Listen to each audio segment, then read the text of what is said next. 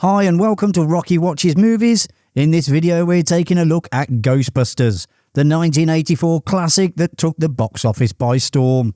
From surprising casting choices to behind the scenes drama, we're diving deep into the history of this iconic film. So let's get on with it. Here are 22 things you never knew about Ghostbusters.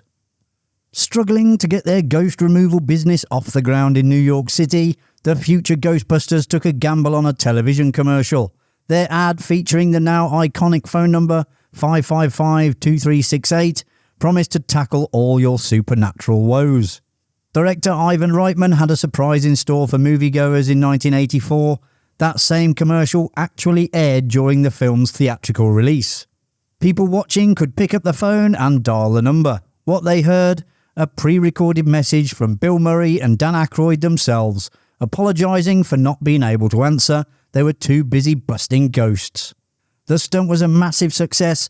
The Ghostbusters phone line received a staggering 1,000 calls every hour, 24 hours a day for weeks. Unfortunately, for those hoping for a spectral showdown, the line is no longer operational. While Ivan Reitman, the director of Ghostbusters, doesn't make a physical appearance in the film, his presence is felt in some surprising ways. Struggling to find the right voice for possessed Dayne, Reitman stepped up to the challenge himself during post-production. Lowering his voice to an eerie depth, he delivered the lines that sent shivers down your spines. There is no Dayne, only soul. But Reitman's vocal talents weren't limited to the unsettling. He also provided the hilariously disgusting sounds of Slimer feasting on a pile of food before his infamous slime attack on Peter Venkman. There were a few cameos you may have either missed or forgotten. Larry King, the longtime talk show host, made his very first cinematic cameo in Ghostbusters, and the now disgraced Ron Jeremy also appears as an extra among the crowd of onlookers. Shaving foam was used instead of marshmallow for the memorable Staypuff Marshmallow Man explosion at the film's end. Following the opening scene in the New York Public Library in the original 1984 film, the title that appears on the screen is actually two words, and not one reading Ghostbusters. Dan Aykroyd originally considered the title Ghost Smashers, while Ghost Breakers was also an option.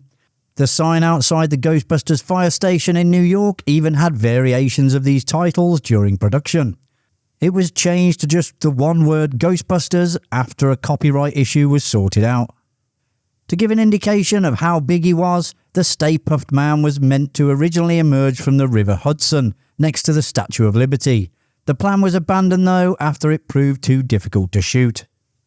Despite becoming one of the most iconic characters in the entire Ghostbusters franchise, Slimer is never actually name-dropped in either of the two movies.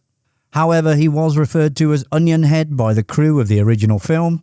It wasn't actually named Slimer until the animated show The Real Ghostbusters in 1986, in which he's part of the team.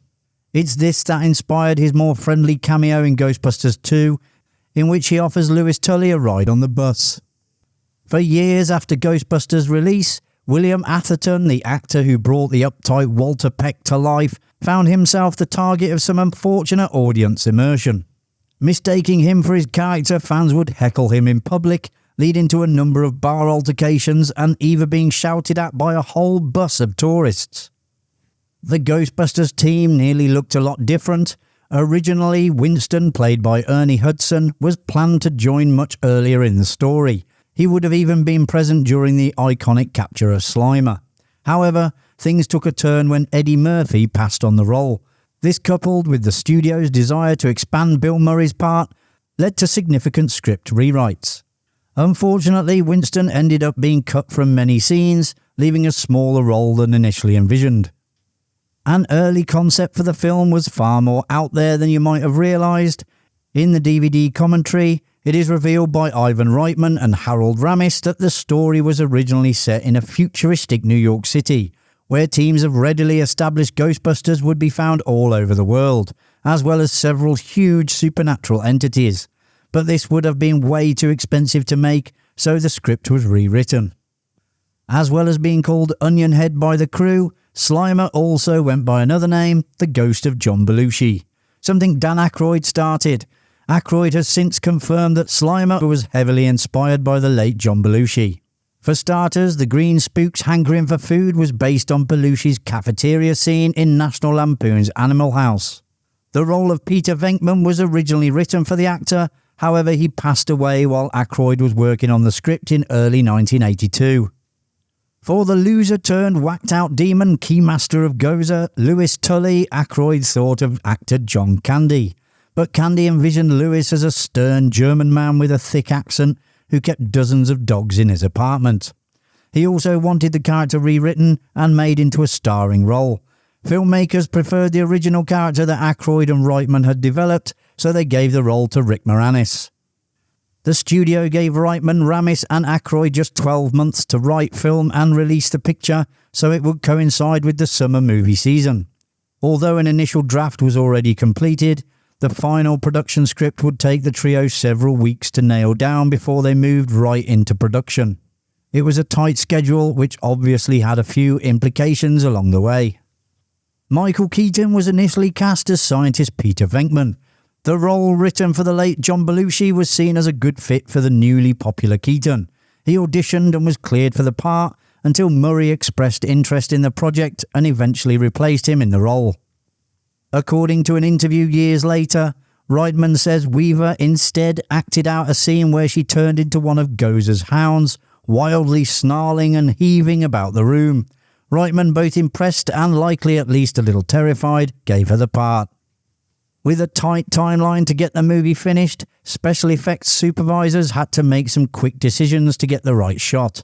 For example, the scene of Slimer spinning around the ballroom of the Sedgwick Hotel was actually just a peanut spray-painted green.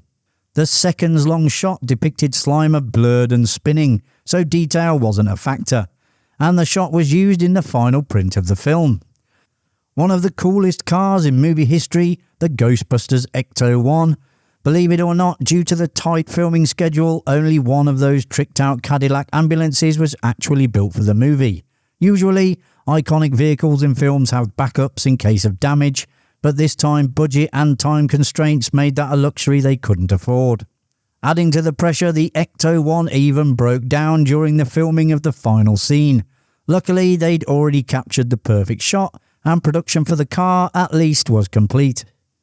One man was tasked with creating several of the now iconic things featured in the film.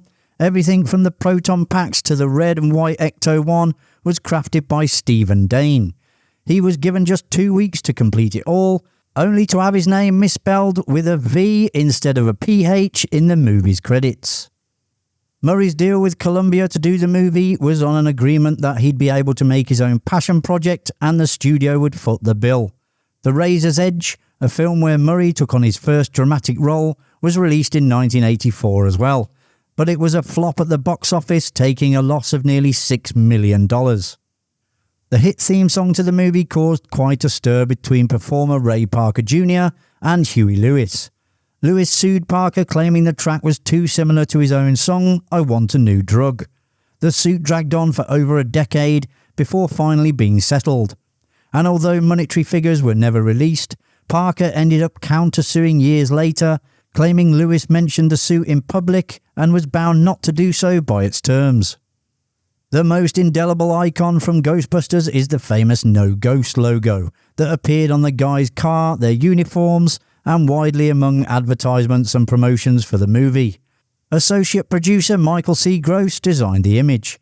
Prior to getting into the movie business as a producer, Gross served as an art consultant for the Muppets, John Lennon and the Rolling Stones. The inspiration for Ghostbusters may have come closer to home for Dan Aykroyd than anyone realised. It turns out the paranormal wasn't just entertainment for Aykroyd, it was practically in his blood. His great-grandfather was a firm believer in the supernatural, and his interest rubbed off. Even Aykroyd's own father, Peter Aykroyd Sr., authored a book titled A History of Ghosts in 2009, further fueling the family's fascination with the unexplained. And let's not forget Aykroyd himself. The actor who brought Ray to life is well known for his own interest in psychic research and UFOs. Seems like the apple doesn't fall far from the tree, or perhaps in this case the proton pack. And that's it for this video. You're now a lot wiser about the movie Ghostbusters from 1984.